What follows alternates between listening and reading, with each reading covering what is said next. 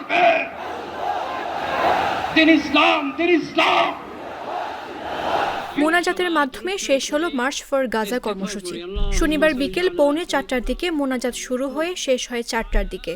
মোনাজাত করেন জাতীয় মসজিদ বায়তুল মোকাররমের খতিব মুফতি আব্দুল মালেক। ফিলিস্তিনের পক্ষে কয়েক লাখ লোক এই কর্মসূচিতে অংশ নেয়।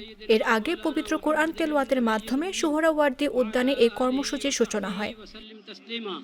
আস্তাগফিরুল্লাহাল্লাযী লা ইলাহা ইল্লা হুয়াল হাইয়ুল কাইয়্যুম ওয়া আতুবু ইলাইহি আস্তাগফিরুল্লাহাল্লাযী লা ইলাহা ইল্লা হুয়াল হাইয়ুল কাইয়্যুম ওয়া আতুবু ইলাইহি আলহামদুলিল্লাহি রাব্বিল আলামিন আলহামদুলিল্লাহি রাব্বিল আলামিন আলহামদুলিল্লাহি রাব্বিল আলামিন ওয়াসসালাতু ওয়াসসালামু আলা সাইয়্যিদিল মুরসালিন ওয়া আলা আলিহি ওয়া সাহবিহি আজমাইন। এরপর জনগণকে স্লোগানে উৎসাহ ও বক্তব্য দেন আস-সুন্নাহ ফাউন্ডেশনের চেয়ারম্যান শেখ আহমদুল্লাহ ও Islamic scholar doctor Mizanur Rahman Azhari.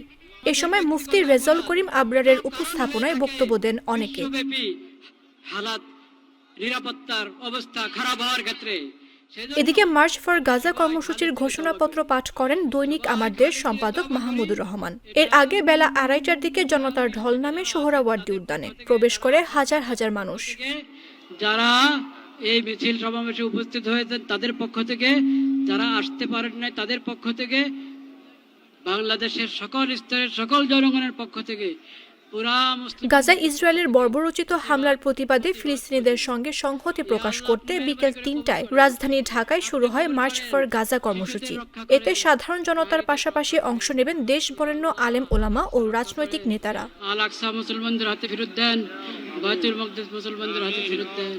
ইয়া আল্লাহ কবুল করেন, শহীদদের শাহাদাতের উসিলায় আমাদের সবাইকে কবুল করেন।